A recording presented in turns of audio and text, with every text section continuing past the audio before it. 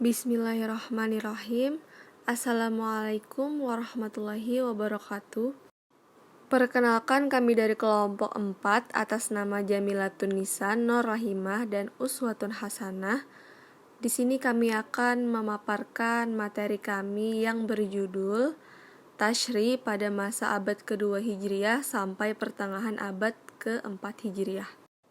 Faktor penyebab perkembangan tasyri yang pertama ada faktor politik.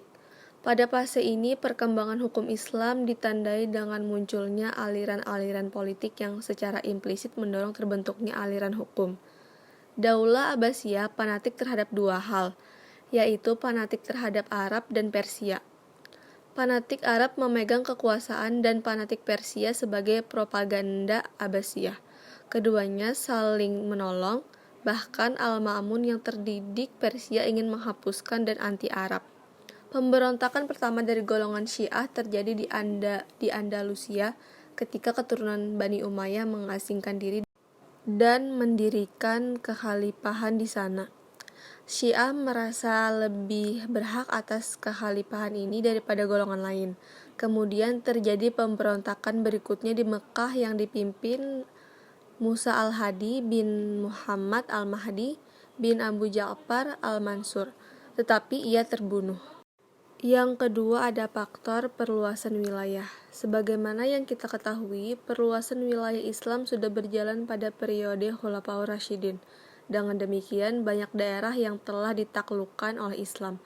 Semangat ulama untuk mengembalikan segala permasalahan kepada sumber hukum Islam seiring dengan perkembangan kebutuhan hukum untuk terciptanya kemaslahatan bersama. Yang ketiga ada faktor perbedaan penggunaan ra'yu. Pada periode ini, para ulama dalam mengemukakan pemikirannya dapat digolongkan menjadi dua golongan. Pertama, ahli hadis yang dominan menggunakan riwayat dan sangat hati-hati dalam penggunaan ra'yu. Kedua, ahli ra'yu yang lebih banyak menggunakan ra'yu dibandingkan dengan hadis. Perkembangan dua pemikiran tersebut dapat menyebabkan perbedaan dalam menggunakan metode untuk memahami teks Al-Quran dan hadis, menentukan sumber hukum Islam, dan menetapkan fatwa yang diberikan kepada umat Islam. Yang keempat ada faktor perkembangan ilmu pengetahuan. Dalam bidang ilmu kalam, terjadi perdebatan bahwa setiap kelompok memilih cara berpikir tersendiri dalam memahami akidah Islam. Selain itu, terjadi pula perbedaan antara ahli ilmu kalam, ahli ilmu hadis, dan ahli ilmu fikih. Setelah dikukuhkannya Al-Quran dan hadis, ulama pun sudah paham betul dengan keadaan yang terjadi. Mereka dapat memecahkan berbagai permasalahan sehingga pemecahan itu dapat dijadikan jurisprudensi hakim masa kini. Yang kelima ada faktor lahirnya para tokoh mujtahid. Pada abad ini muncul para cendekiawan dalam berbagai bidang ilmu seperti teologi, hukum, dan tasawuf. Dalam bidang fikih Islam muncul berbagai tokoh seperti Abu Hanifah dan asbabnya, Imam Malik dan asbabnya, Imam Asy-Syafi'i dan asbabnya, serta Imam Ahmad bin Hambal dan asbabnya. Pemikiran-pemikiran yang mereka miliki berperan dalam memproses suatu hukum yang berkembang dalam masyarakat. Dan yang terakhir ada faktor terbentuknya sumber tasyri. Ulama yang beristimbat memperoleh metode yang telah ditetapkan. Mereka telah memperoleh dasar-dasar syariat dan memahami peristiwa-peristiwa yang dialami orang-orang sebelumnya. Al-Quran telah dibukukan dengan sempurna, bahkan penulisan ditambah titik dan harakat. Model penulisan seperti itu telah tersebar luas di kalangan masyarakat. Sunnah pun sebagian besar telah terkodifikasi sejak pertengahan abad kedua Hijriah dan mengalami kejayaan pada masa ketiga Hijriah sehingga sebelumnya. Dengan penjelasan terhadap nas-nas Al-Quran dan hadis dan fatwa-fatwa mereka mengenai persoalan yang tidak ada ketetapan nasnya membuat umat Islam merasa tenang dan damai. Sekian pemaparan dari saya, selanjutnya akan dilanjutkan oleh rekan saya. Baik, di sini saya akan melanjutkan materinya yaitu sumber dan wewenang tasyri. Yang pertama, sumber tasyri, sumber utamanya itu yang pertama ada Al-Quran, Secara garis besar, tasyri dalam Al-Quran berisikan 3 hal, yaitu perintah, larangan, dan pilihan. Kemudian As-Sunnah. As-Sunnah adalah sumber hukum Islam kedua setelah Al-Quran. As-Sunnah ini berfungsi sebagai penjelas ayat yang diturunkan secara global sebagaimana dalam firman Allah, dan dirikanlah sholat. Ini adalah nas global dalam pensyariatan sholat. Sedangkan dari segi waktu, jumlah rakaat dan rukunnya semua dijelaskan oleh As-Sunnah dengan sabda Rasul, sholatlah sebagaimana kalian melihat saya sholat. Kemudian yang kedua, wewenang tasyri. Tasyri pada masa Rasulullah meninggalkan berbagai perundang-undangan yang diambil dari nas Al-Quran dan hadis. Tidak seluruh umat Islam pada waktu itu mampu memahami hukum-hukum yang ada. Hal ini disebabkan oleh faktor-faktor berikut. Yang pertama, diantaranya umat Islam ada yang masih awam yang tidak mampu memahami nas-nas. Yang kedua, materi perundang-undangan dari nas tidak tersebar secara luas di kalangan kaum muslimin. Al-Quran baru ditulis dan dikodifikasikan bertahun-tahun setelah turunnya.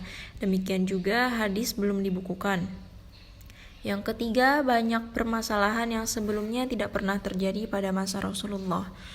Berdasarkan faktor-faktor di atas, para sahabat bangkit memegang wewenang tasyri untuk memberikan penjelasan atau penafsiran kepada kaum muslimin tentang hal-hal terkait. Adapun cara ijtihad yang dilakukan adalah sebagai berikut.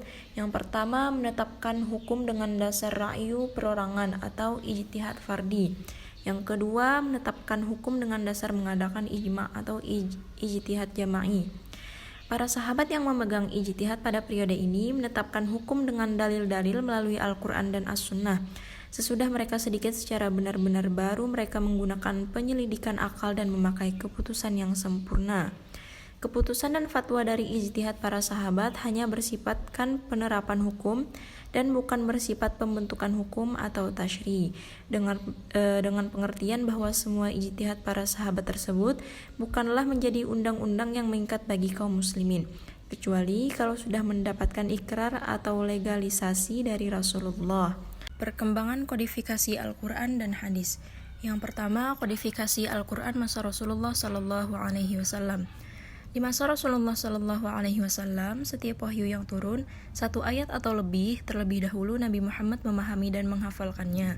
Kemudian, disampaikan dan diajarkan kepada para sahabatnya, persis seperti apa yang diterimanya, tanpa ada perubahan dan penggantian sedikit pun. Selanjutnya Rasulullah menganjurkan kepada para sahabat yang telah menerima ayat-ayat itu untuk menghafalkannya dan meneruskannya pula kepada para pengikutnya. Selain itu, wahyu tersebut ditulis dan dicatat oleh dewan penulis wahyu yang disebut Khutab al-Wahyi. Untuk menghindari kerancuan akibat bercampur aduknya ayat-ayat Al-Quran dengan lainnya, misalnya hadis Rasulullah, maka beliau tidak membenarkan seorang sahabat menulis apapun selain Al-Quran.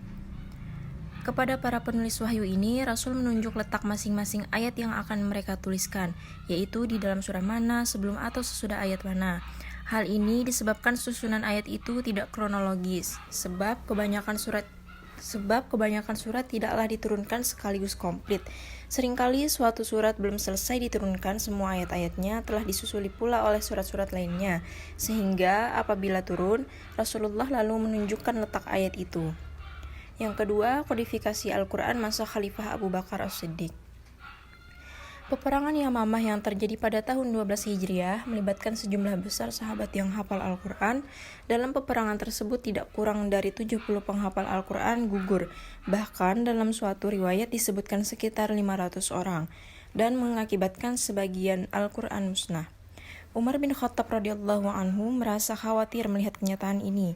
Lalu ia menghadap Abu Bakar dan mengajukan usul kepadanya agar mengumpulkan dan membukukan Al-Quran, karena dikhawatirkan akan musnah, sebab peperangan Yamamah telah banyak membunuh para qari. Di segi lain, Umar merasa khawatir juga kalau peperangan di tempat-tempat lain akan membunuh banyak qari pula, sehingga Al-Quran akan hilang dan musnah. Awalnya, Abu Bakar radhiyallahu an menolak usulan itu dan berkeberatan melakukan apa yang tidak pernah dilakukan oleh Rasulullah.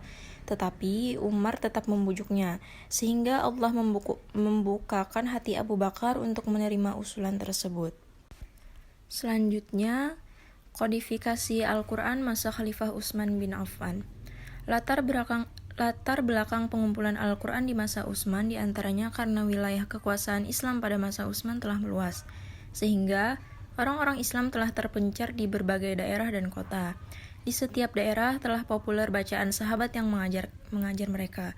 Misalnya, penduduk Syam membaca Al-Quran mengikuti bacaan Ubay ibnu Ka'ab.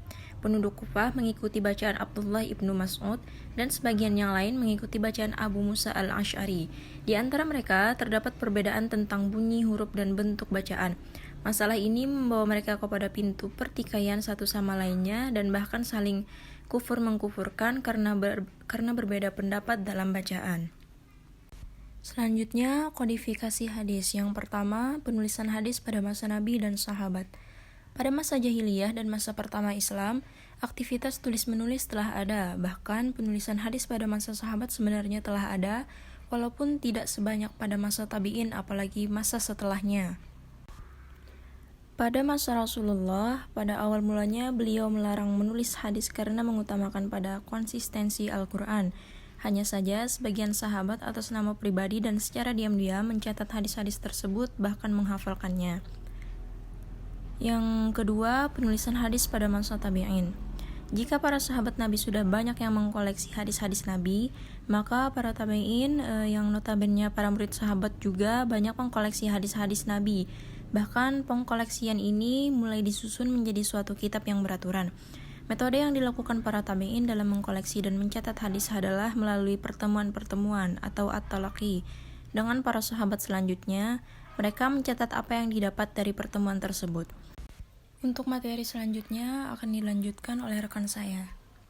Baik, saya akan melanjutkan pemaparan materi dari rekan saya. Yang pertama, kodifikasi hadis pada masa Nabi dan sahabat. Pada awalnya, Nabi melarang menulis hadis karena mengutamakan pada konsistensi Al-Quran. Hanya saja, sebagian sahabat atas nama pribadi dan secara diam-diam mencatat hadis-hadis tersebut, bahkan menghafalnya. Yang kedua, kodifikasi hadis pada masa tabi'in. Para tabi'in yang notabene para murid sahabat juga banyak mengoleksi hadis-hadis, bahkan mulai disusun menjadi suatu kitab yang beraturan dengan metode pertemuan-pertemuan dengan para sahabat, kemudian mencatat apa yang didapat dari pertemuan tersebut. Selanjutnya, perkembangan ilmu pengetahuan. Dalam perkembangannya, disiplin ilmu yang senantiasa berkaitan dengan astronomi adalah bidang matematika.